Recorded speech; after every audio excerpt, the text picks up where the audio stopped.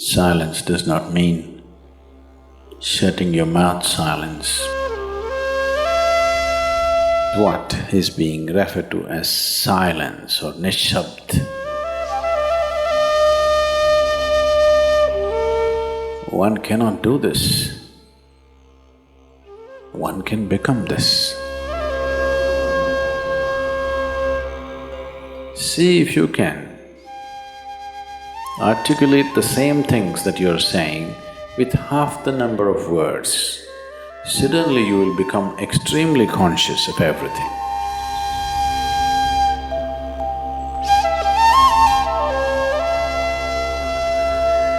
The wind makes its own sound,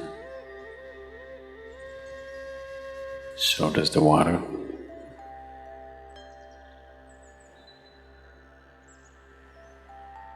So does the earth. In fact, so does the sky. All the celestial objects are making their own sounds. There are sounds of pain, sounds of pleasure, sounds of misery, sounds of joy. For everything there is a sound. In human life, it's very true. Sounds of life,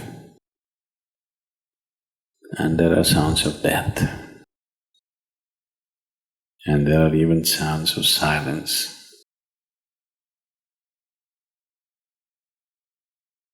So this complex amalgamation of sounds, different kinds of sounds, creates different intent, different levels of compulsiveness, different levels of bondage, and different possibilities of entanglement.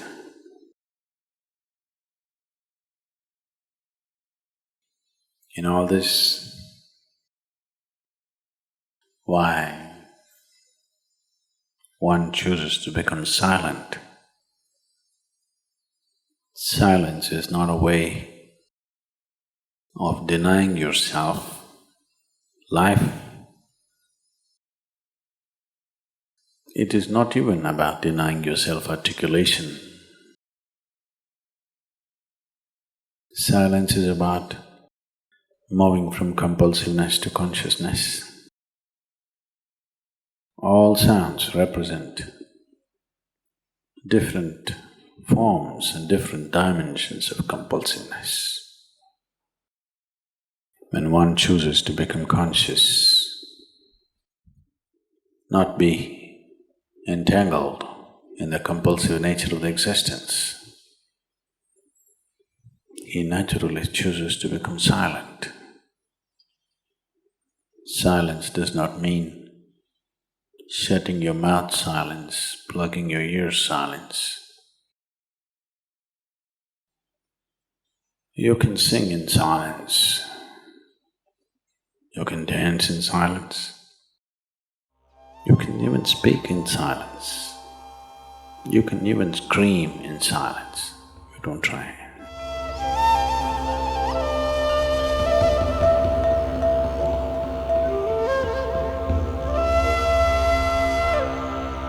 That does not mean when everybody is silent you scream. That is not screaming in silence.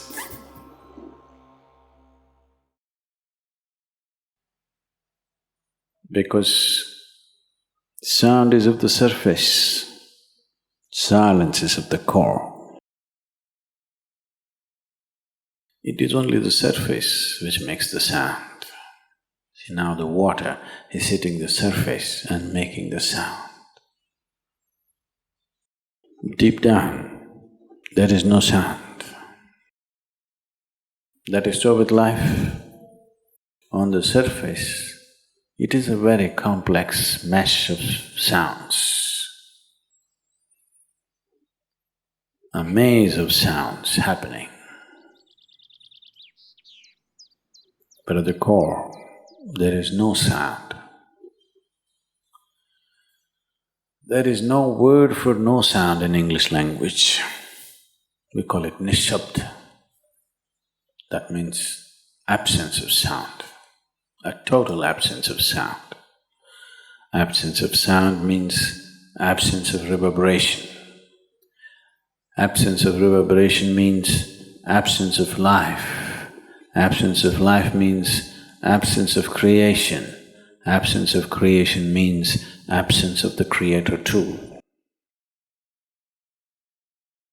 So a space which is beyond creation and Creator, a dimension which is beyond life and death, that is what is being referred to as silence or nishabd.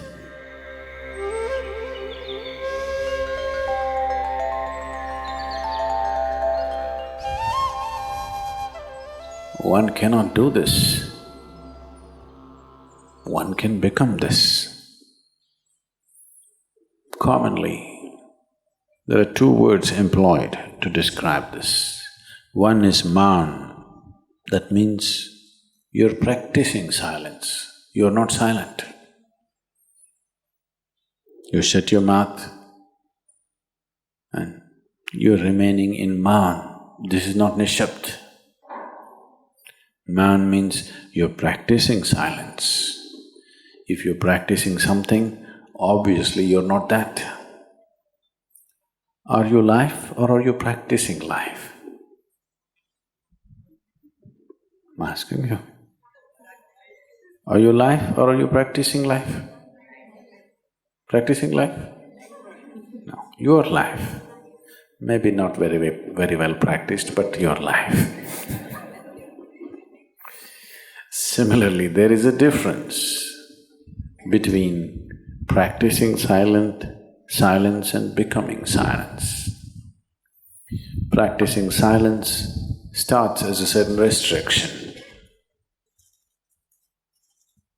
but slowly, as one practices silence, one can possibly become silent. One can become silent in intense activity, but nobody can keep up intense activity forever. Moments of intense activity are only moments, nobody can sustain it. You'll expend yourself. Only if you can achieve it in inactivity, it is sustainable. If something is possible only in intense activity, it is never sustainable. In a very intense and ecstatic moment of singing, somebody may become or taste a moment of silence. But how long can you keep it up? Your throat will tear and your neighbors may kill you. Possible. So this possibility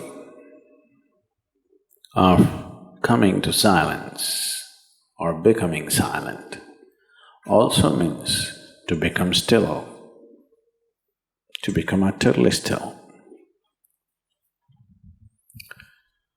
Stillness can be achieved in so many ways.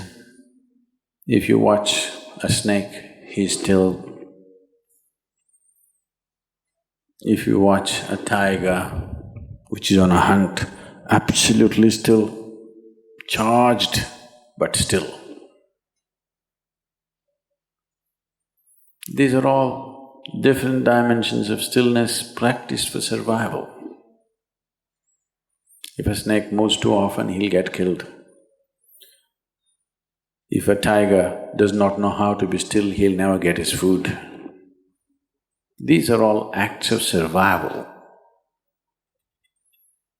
A human being, for survival, he has to be active. Only when his vision falls upon something which is beyond survival, then he will think of stillness. Then he will understand as he observes himself, as he notices the complexity of one's compulsions. He understands the only way to solve it is to become still. to train this body, to train this mind, to become still.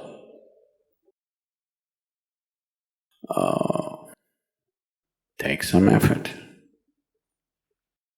If one is simply blissed out, he will become still. But otherwise one has to work bit by bit, one has to work to bring this body to absolute stillness. Most people cannot hold their body in one place for any length of time. They're all the time in moment.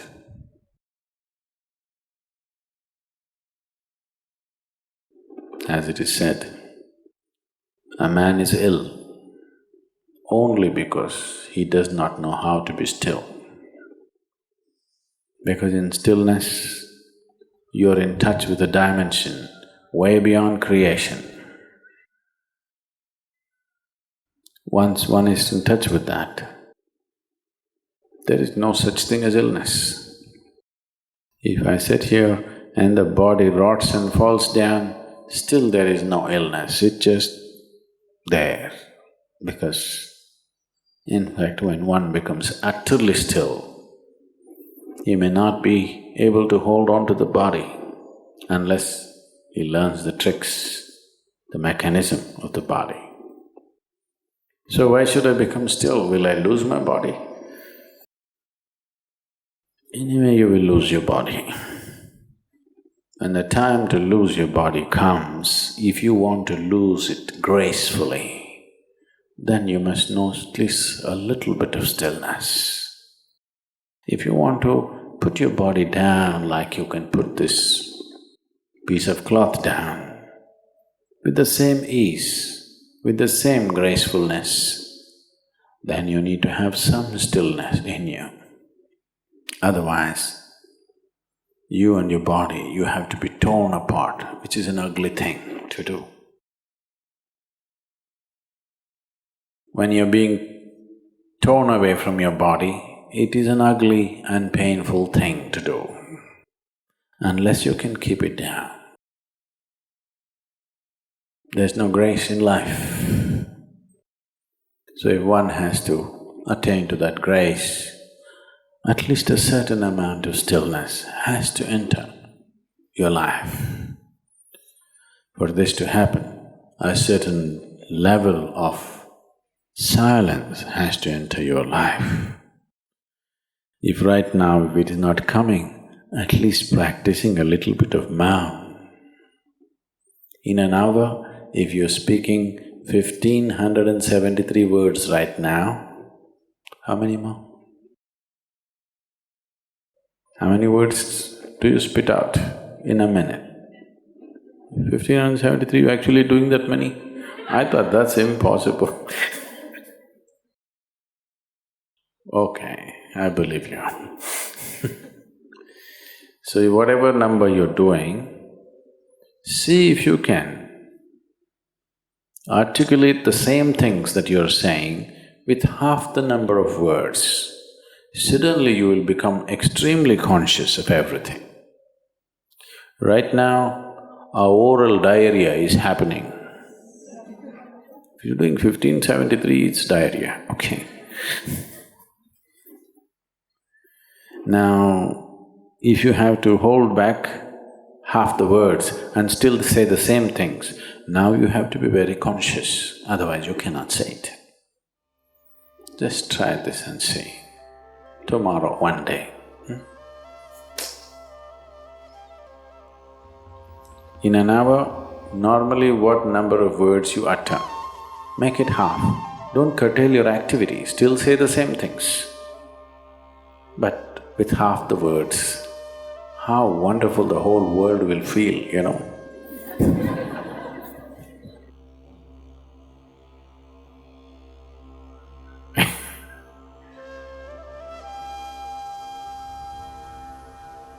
World will be a wonderful place, I'm telling you, tomorrow, if everybody does this. Many marriages will be saved.